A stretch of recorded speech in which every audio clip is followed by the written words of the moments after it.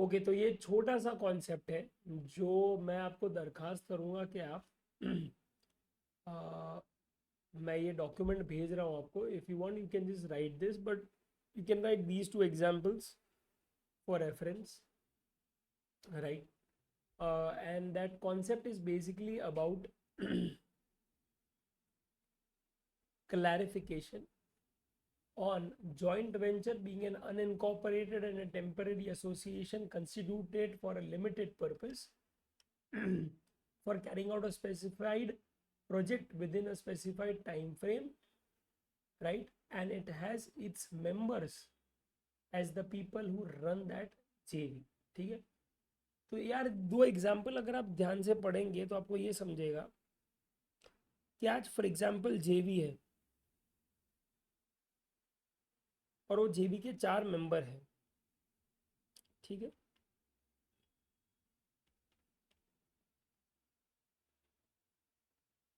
ये 4 मेंबर्स ने कंट्रीब्यूट किया है ये जेवी के अंदर.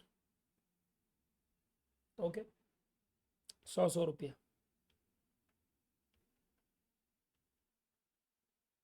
ठीक है. तो कितना हुआ? 400. ये 400 इन्होंने दे दिया जेवी को अपने जेब से. तो अब जेवी के पास कितना पड़ा है? 400. जेवी ने ये 400 रुपये खर्च करके एक मशीनरी लिया और वो मशीनरी से उन्होंने ऑयल एक्सप्लोरेशन करना शुरू कर दिया.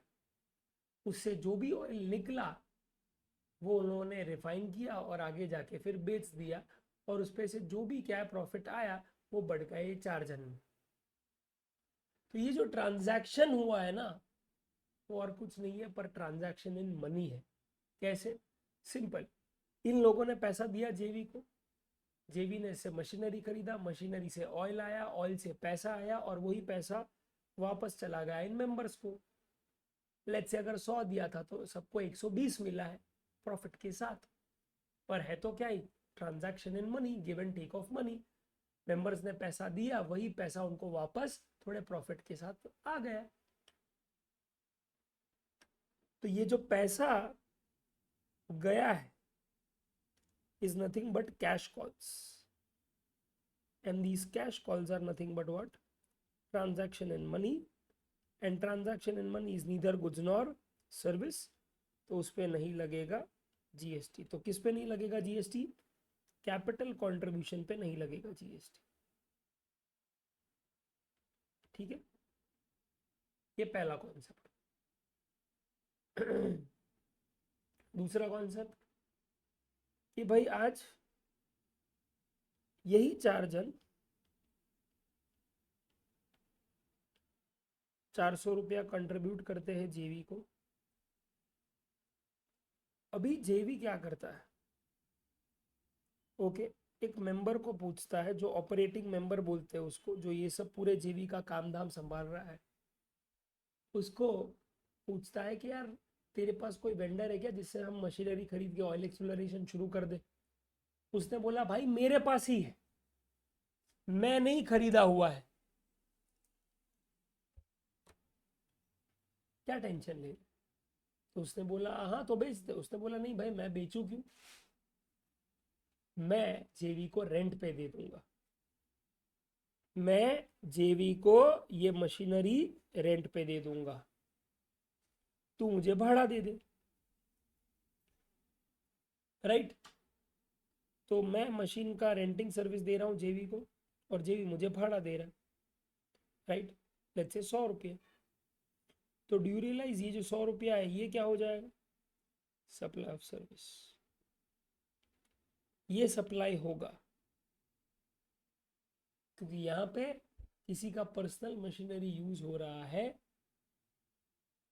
फॉर जेवी, और जेवी उसका भाड़ा दे रहा है. Is that very clear? Yes. और वहां पे तो मशीनरी ही जेवी खुद का था. यहाँ पे मशीनरी किसी और का है और वो जेवी के बिहाफ पे यूज किया जा रहा है, जिसके लिए जेवी उस मेंबर को पैसा, क्योंकि वो मशीन जेवी का नहीं वो मेंबर का है, और मेंबर उसे भाड़े पे दे रहा है, जेवी उसका इस्तेमाल करके उसे वापस दे देगा. Is this very clear? Yes. Okay, तो वही बोला है नेक्स्ट एग्जाम्पल।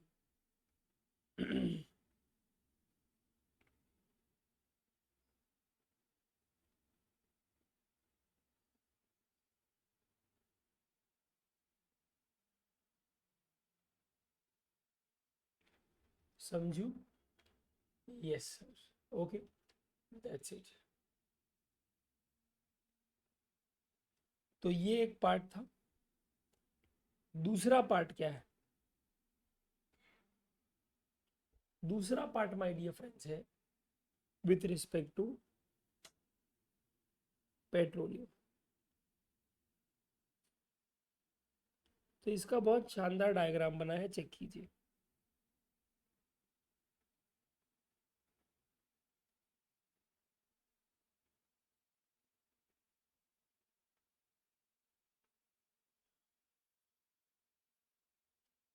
ओके, देखो, सीजी एक लाइसेंसर है जिसने लाइसेंस दिया है पेट्रोल एक्सप्लोर करने का एक कॉन्ट्रैक्ट को, लेट्स से रिलायंस, जो एक लाइसेंसी है।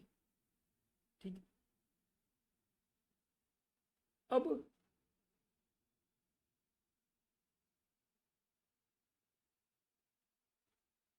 सीजी ने क्या है, ग्रांट किया है लाइसेंस, इसने दिया है सामने कंसिडरेशन। कंसिडरेशन दो तरीके से, एक फिक्स्ड एक वेरिएबल। ओके, फिक्स्ड है इन टर्म्स ऑफ रॉयल्टी, जहां पे एक फिक्स रॉयल्टी दे दिया गया, एक लमसम अमाउंट दे दिया गया गवर्नमेंट को, राइट, जो डेफिनेटली टैक्सेबल है। But at the same time एक है वेरिएबल कंपोनेंट जिसको बोलते हैं प्रॉफिट पेट्रोलियम। ठीक है, तो ये याद रखना, ये लमसम कंसिडरेशन है, ये वाला रॉयल्टी। और ये वाला प्रॉफिट पेट्रोलियम जो है वो वेरिएबल है। ठीक है, अब ये जो प्रॉफिट पेट्रोलियम है, ठीक है, वो क्या है? वो सिंपल, आप समझो। कॉन्ट्रैक्टर के पास अभी लाइसेंस है, यस, अब उसके पास हक है कि वो क्या है बेटा, शुरू कर सकता है ऑयल निकालना। तो उसमें बहुत सारी प्रोसेसेस होती है, एक्सप्लोरेशन की, प्रोडक्शन की। तो आज होता क्या है कि वो सब मशीनरी वगैरह यूज करके ऑयल एक्सप्लोर करता है और फिर वो ऑयल को रिफाइन करके बेचता है। ठीक है, पेट्रोल को रिफाइन करके बेचता है। तो जो भी बेच रहा है वो, उसमें से सबसे पहले रिलायंस माइनस कर देगा अपने कॉस्ट। कौन से कॉस्ट? तो भैया, जो खर्चे हुए हैं, डेप्रिसिएशन हुआ है, लेबर एक्सपेंस हुआ है, इंजीनियरिंग एक्सपेंस हुआ है, इक्विपमेंट के खर्चे हुए हैं, वो सब खर्चे माइनस कर देगा। प्रोडक्शन कॉस्ट माइनस कर देगा, जो रॉयल्टी लमसम दी है वो माइनस कर देगा, और फाइनल जो अमाउंट आएगा वो है प्रॉफिट पेट्रोलियम। अब एक एक पार्ट को लेते, तो टोटल प्रोसीड्स में से जो कॉस्ट मैंने निकाला है और रिमेनिंग प्रॉफिट क्या है बांटने का डिसीजन लिया है, वो प्रॉफिट किसके बीच में बटेगा? थोड़ा सीजी और थोड़ा मैं खुद रखूंगा भाई। तो जितना मैंने सीजी को दिया है, अंडरस्टैंड, इट्स अ कंसिडरेशन, जहां पे उन्होंने मुझे लाइसेंस दिया, मैंने उन्हें कंसिडरेशन दिया, तो यहाँ पे जीएसटी लग सकता था, पर नहीं लग रहा है, गवर्नमेंट ने खुद इसे करवा दिया है एग्जेम्प्ट। चलो, ये शेयर के बारे में तो समझ गए। दूसरा शेयर कॉन्ट्रैक्टर का खुद का, तो उस पर क्या खुद पे ही लगाएगा जीएसटी? वो पॉसिबल ही नहीं है। How can he charge himself GST, right? And last is cost petroleum, जहाँ पे ये खर्चे मैंने किए थे और वो मैंने ही अपने एंड पे रख लिए, और रिमेनिंग अमाउंट का क्या है, फिर बंटवारा किया in terms of profit petroleum, जहाँ पे थोड़ा मैंने रखा, थोड़ा गवर्नमेंट को दिया। तो ये पैसा तो मैंने ही इनकर किया था ना, तो मैं ही रखूंगा ना, तो इस पे किस बात का जीएसटी भाई? क्योंकि ये तो बनता है मेरा, क्योंकि आज अगर मेरा एक्सप्लोरेशन कॉस्ट है 50 रुपया, 100 रुपये का मैंने ऑयल बेचा है, तो 50 तो पहले रखूंगा, फिर दूसरा 50 बांटूंगा ना भाई। तो जो 50 रख रहा हूं उस पे काय का जीएसटी? वो तो मेरा ही था खर्चा, तो मैंने ही मेरे जेब से किया। तो इसीलिए there is no GST applicable on cost petrol. GST यहां लग सकता था जहां पे मैं कंसिडरेशन का वेरिएबल कंपोनेंट जो है वो सीजी को दे रहा हूं, पर वो भी करवा दिया है क्या, एग्जेप्ट। ओके, तो क्लियर रखो, सेंट्रल गवर्नमेंट ने मुझे राइट्स दिए, मुझे उन्हें कंसिडरेशन दिया। कंसिडरेशन एक होगा लमसम, एक होगा वेरिएबल। लमसम पे लग जाएगा GST, no question asked. Variable जो है वो है प्रॉफिट पेट्रोलियम। प्रॉफिट कहां से आता है, टोटल माइनस कॉस्ट। तो जो कॉस्ट वाला पार्ट है वो मैं खुद रखने वाला हूं, उस पर नो जीएसटी। और जो प्रॉफिट फाइनली आता है वो मैं बांटूंगा सीजी को, थोड़ा रखूंगा अपने पास, जो अपने पास रखूंगा उस पर क्या जीएसटी। और जो गवर्नमेंट को दूंगा उस पर लग सकता था, पर वो गवर्नमेंट ने ही बुलवा दिया है कि है एग्जेम्प्ट, तथास्तु। Got it? Yes, that's it. अब ये क्वेश्चन आपको पूछा कैसे जा सकता है एग्जाम, तो something like this, something like this can come up. Okay, Vasudev is a mining contractor, और वो क्या कर रहा है देखो, he got a portion of petroleum silt non taxable under GST as a part of compensation while exploring the petroleum reserves at Albit Oilfield, which as per the contract with the government is a part of cost petroleum। तो क्या लगता है आपको, ये जो 8 लाख रुपया है जो उसने अपने पास रखा है एज कॉस्ट पेट्रोलियम का, इस पे जीएसटी लगेगा? सवाल ही नहीं आता। जब बोल दिया कॉस्ट पेट्रोलियम है, खत्म बात, no GST, because that is a portion you keep with your self and you don't remit to the government. तो नहीं लगेगा GST, as good as that, check point he.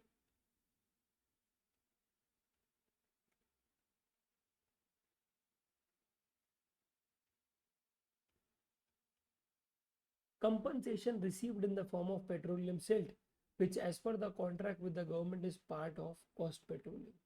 Cost petroleum is not a consideration for service to government and thus is not taxable। ठीक है, फिर ये वाला बताओ, मुझे थोड़ा हटके है पर बताओ फिर भी। Consideration received in the nature of recovery of bond amount in the case of 3 employees leaving employment before a minimum period of 1 year as per the terms of contract, क्या होगा?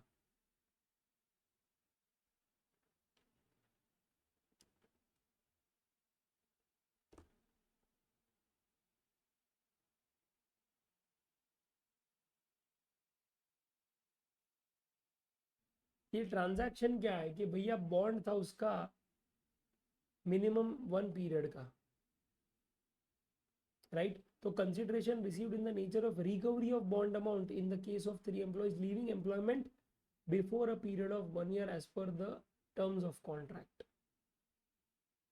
तो ड्यू रियलाइज कि 1 साल का contract था पर उसके पहले ही निकल रहे ये 3 एम्प्लॉय, और इसीलिए मैं उनसे बॉन्ड अमाउंट ले रहा हूँ 75,000, it will not be a supply. अभी यहाँ पे एक चीज याद रखना, इन्होंने अलग पोजीशन लिया होगा बिकॉज ये अमेंडमेंट जब हुआ था।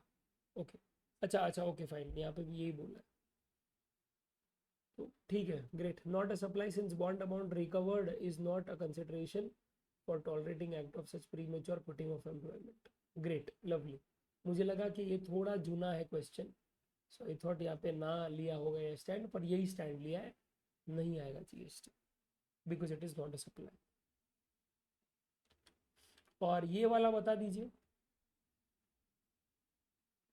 ये वाला, Vasudev is an operating member in mining and exploration services at Albert Field.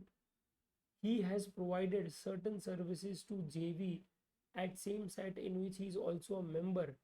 He believes that the consideration received from JV is cost recovery and not taxable. Point number 1. Point number 2, he has purchased certain machinery from Mumbai to render services to JV at Aliabet oil field. Correct, उसके लिए 8 लाख उसने charge किए. Okay, तो ए और B दोनों मुझे बताओ क्या सीन लग रहा है आपको. हाँ, सबसे पहला जो ट्रांजैक्शन है यहाँ पे, अगर आप गौर से देखेंगे तो क्या बोला है बॉस, ये कोऑपरेटिव मेंबर है और ये क्या है, प्रोवाइड कर रहा है जेवी को सर्विस. ओके, उसको भले कुछ भी लग रहा हो, तेल लगाने गया बेटा, आपको पता है ना कि मशीनरी अगर उसका और वो जेवी को सर्विस दे रहा है तो भैया वो टैक्सेबल है कि नहीं, टैक्सेबल है. तो 15 लाख पे वो आउटपुट टैक्स लगाएगा. समझा. और अभी नेक्स्ट ट्रांजैक्शन के बारे में क्या बोला है कि he has purchase certain machinery from Mumbai. Vasudev has purchase certain machinery from to render service to अल्बिट to JV at Aliabet oil field. यानी ऊपर की बात कर रहा है कि ऊपर का 15 लाख का सर्विस देने के लिए उसने मशीनरी कितने का खरीदा है, 8 लाख का. भाई यहाँ पे परचेज की बात की है. बच्चे पता नहीं कुछ 8 लाख को कुछ अलग ही आउटपुट टैक्स लगा देते उस पर क्यों. जब हम वासुदेव की बात कर रहे हैं और जब हम ओके यही ऑयल फील्ड की बात कर रहे हैं तो भैया यही समझो कि ये उसने 8 लाख का मशीनरी खरीदा था. ठीक है, और वही क्या है, उसने 15 लाख में आगे उसको सर्विस दिया. इसका मिल जाएगा उसको आईटीसी, क्योंकि आगे वो चार्ज कर रहा है उस पर GST. Does that make sense. तो प्लीज आप चेक करो कि वो परचेज ट्रांजैक्शन है या सेल ट्रांजैक्शन. कई बार जब एक साथ ये लोग दे देते हैं तो अपने को ऐसा ही लगता है ऊपर सेल आया तो नीचे भी सेल, फिर वापस क्या वो लोग अलग से अपने को बोलेंगे कि ये परचेज का डिटेल है. नहीं, तू फोकस करके वहां पे क्या दिया है, सेल दिया है, परचेज दिया है, अकॉर्डिंगली कमेंट करके आईटीसी मिलेगा या फिर आउटपुट टैक्स लगेगा. That's it. This is the only reason why it can be confusing, otherwise not. Just read what it is, nothing else, and you will get the answer. Is that very clear, guys? That's it. दूसरे adjustments हम लोग सही time पे करेंगे. अभी के लिए ये इंपॉर्टेंट थे तो मैंने बोला ये अभी ले लेता हूँ. ठीक है, डन. ओके, तो that's it my dear friends. एकदम परफेक्ट टकाटक हम लोगों ने कोई भी चीज़ छोड़े बिना क्या है सप्लाई चैप्टर कर लिया है. ओके, कंपोजिट सप्लाई कर लिया, मिक्स सप्लाई कर लिया, सेक्शन 8 भी हो गया अपना. And that is where we mark the end of supply. Is that very clear? Yes.